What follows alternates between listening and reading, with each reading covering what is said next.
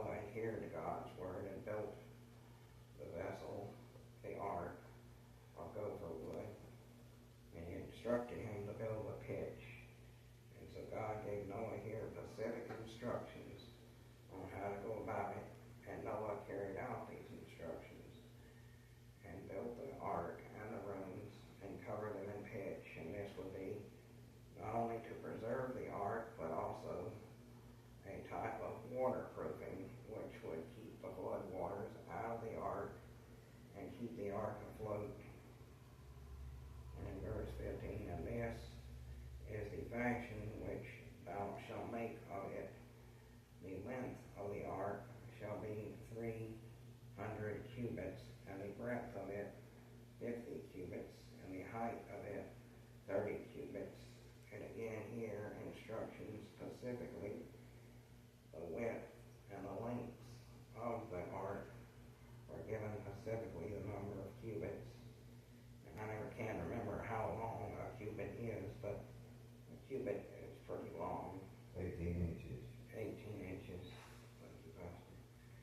And so it would have been 18 inches one way and 18 another way. And so you can only imagine the size of the vessel that it must have been, how big this ark must have been when Noah finally finished building the ark and doing all that he had to do.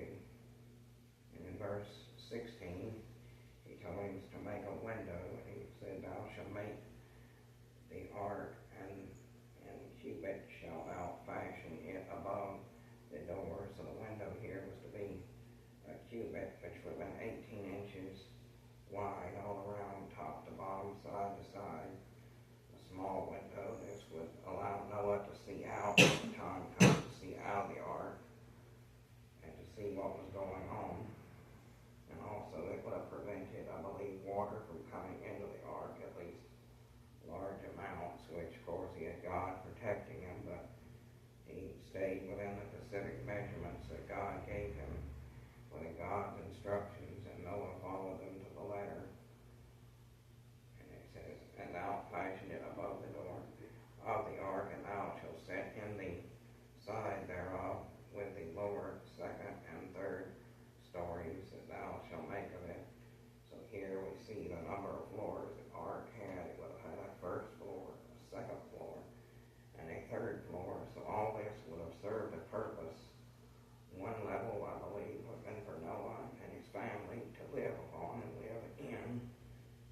The other for food storage, which they would have needed food, supplies, anything they needed. I believe they would have placed that on that particular floor. And then on another floor, of course, would have been the animals and all that had to be gathered and brought into the ark 2 by 2 according to their kind. Verse 17, and behold, I even do bring a flood of waters upon the earth to destroy all flesh, wherein is the breath of life from under heaven, and everything that is in the earth shall die. So God here was destroying the majority of mankind because of their sins, and all manner of sin you can imagine which they must have been creating to grieve God so much that he wanted to destroy every living thing upon the face of the earth, and that must have been terrible. And I can only imagine how terrible it must have been for the souls who refused to bow to God's will when God gave them an opportunity.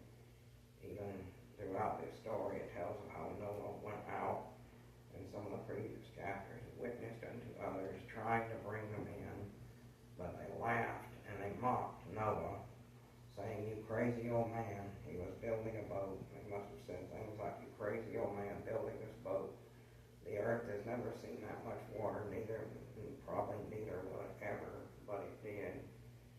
And these ones, I'm sure, swallowed their pride once they seen the waters rising, and Noah, and knowing that Noah's message from God was true, and that they were about to meet their end. I can only imagine the fear that must have gripped their hearts, seeing the floods rise and seeing Noah safe in his ark. In verse 18, but with thee will I establish my covenant,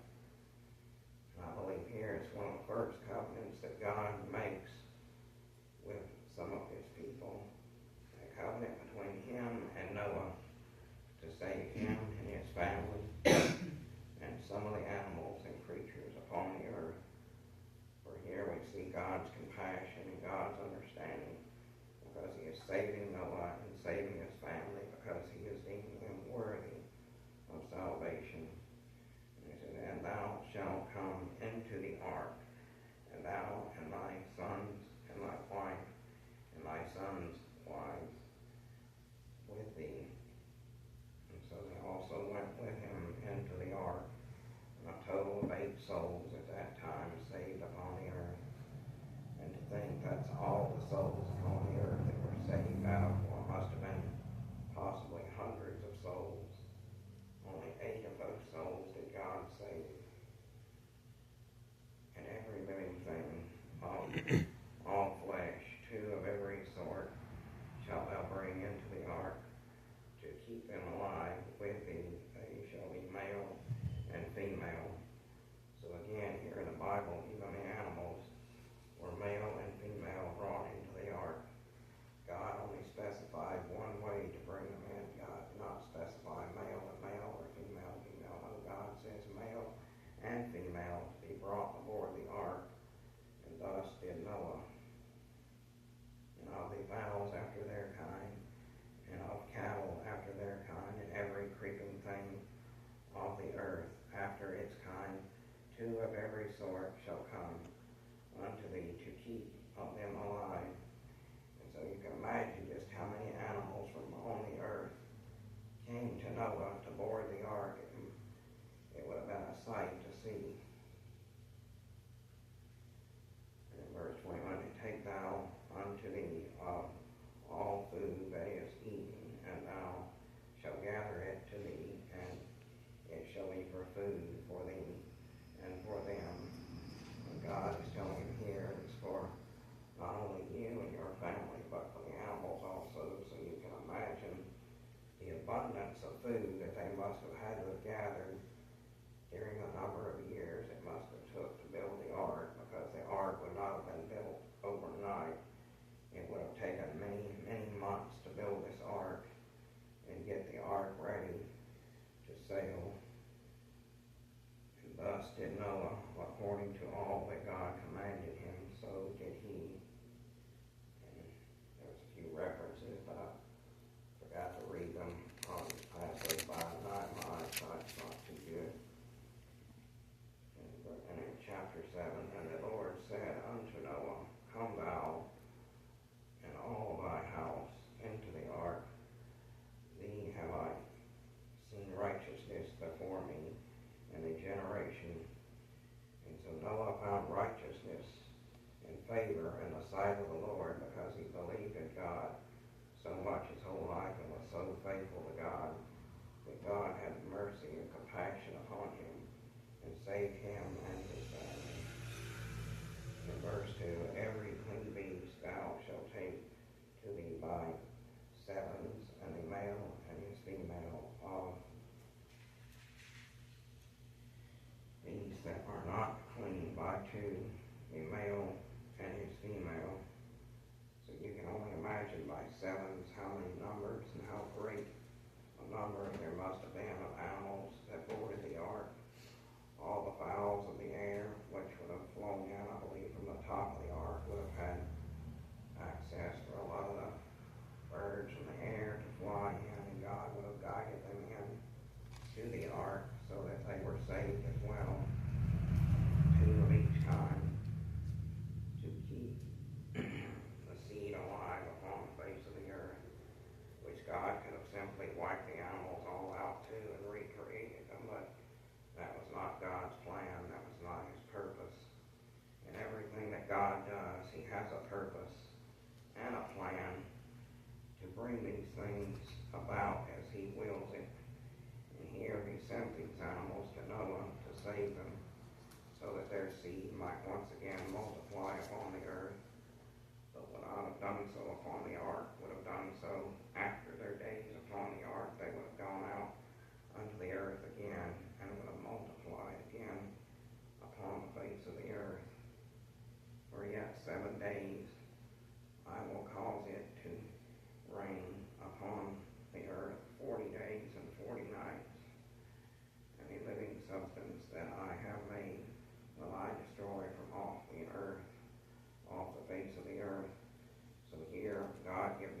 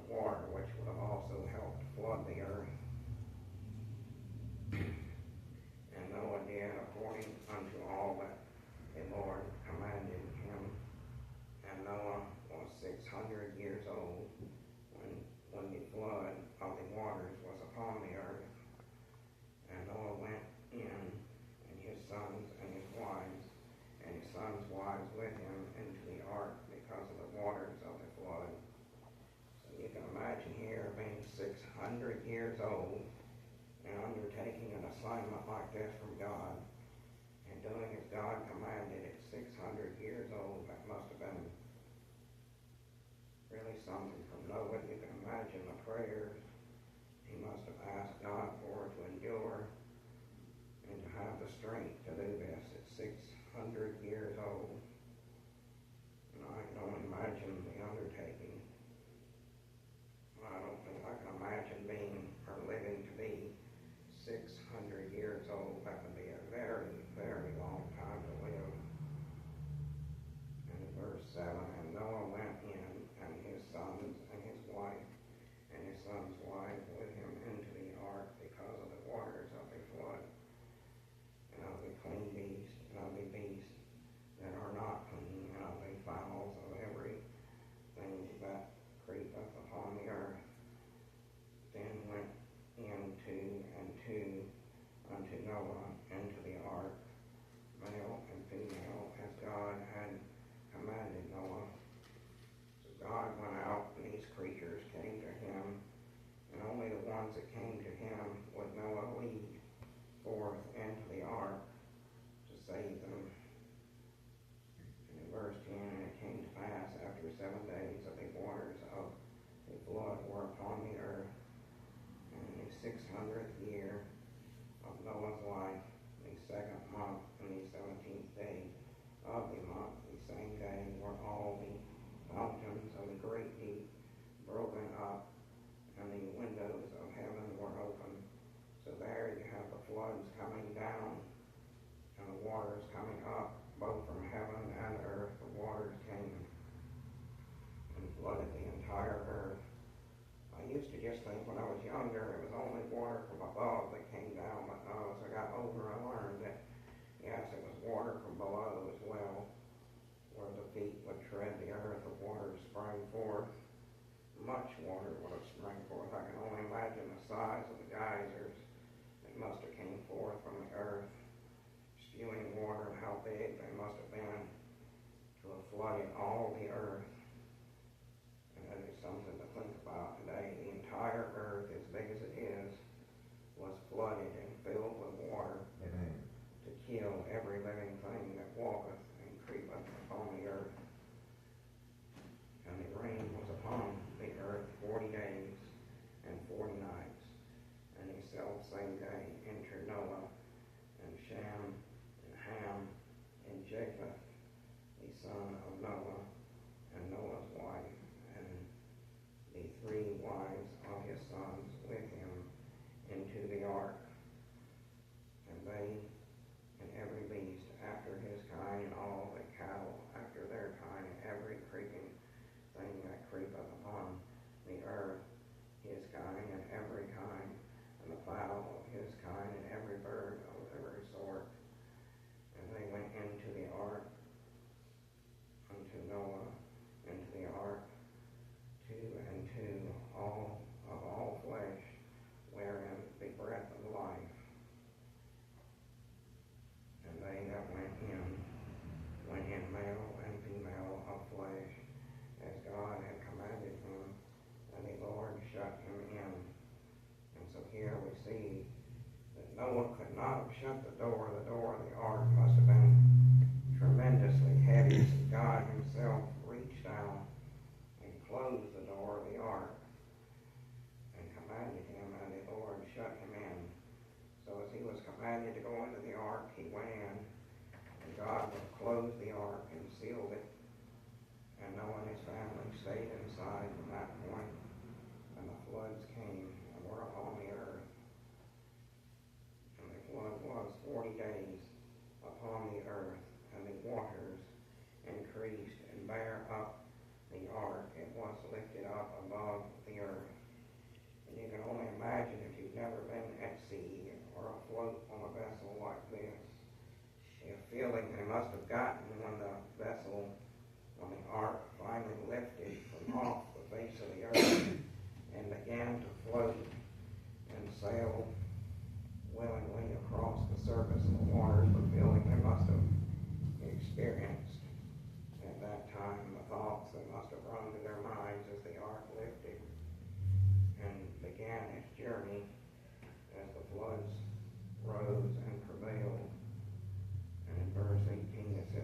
waters prevailed and were increased greatly upon the earth. And the ark went up the face of the waters. So here it would have floated upon the face of the waters, while everything outside dying would have been beneath the waters and drowned. And the waters prevailed exceedingly upon the earth, and all the high hills that were under the whole heaven were covered 15 cubits upward, and the waters prevailed, and the mountains were covered. So many scientists today try to say that no, there's no way you could cover the mountains with that much water. No way this is ever possible. A lot of Christian scientists say, yes, where God is concerned, it is possible. If God says here the mountains were covered, the land was covered, it was covered. The waters covered everything. There was nothing that was left untouched by waters except Noah and the ark and his family were all that remained. Everything else was consumed by the waters, which flooded the entire earth and left nothing. And all the flesh died that moved upon the earth, both of fowl and of cattle and of beasts, and every creeping thing that creepeth upon the earth, and every man, and all in whose nostrils was the breath of life. Of all that was in the dry land died, and every living substance was destroyed, which was upon the face of the ground, both man and cattle, and the creeping things, and the fowl of the air, of the heaven, and they that were destroyed from the earth, and Noah only remained alive, and they that were with him in the ark, and the waters prevailed upon the earth 150 days.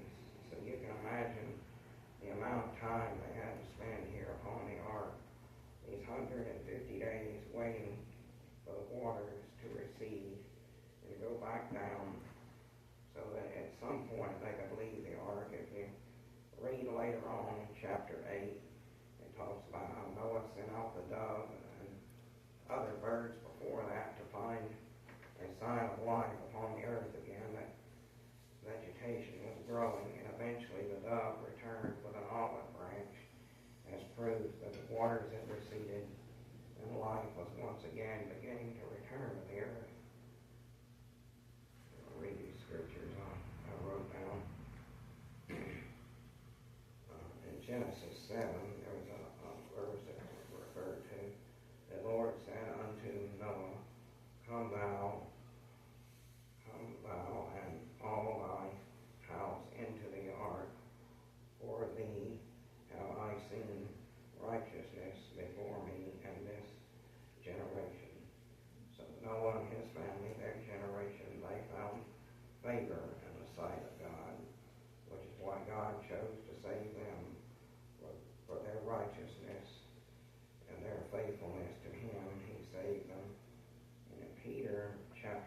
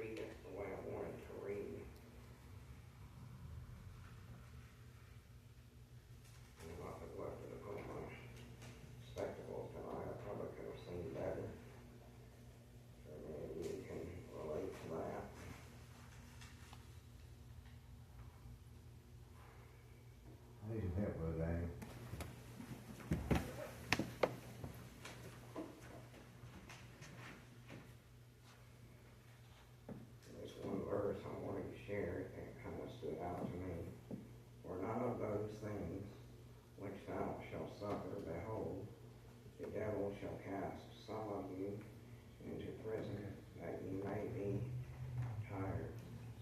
tarried, and ye shall have tribulation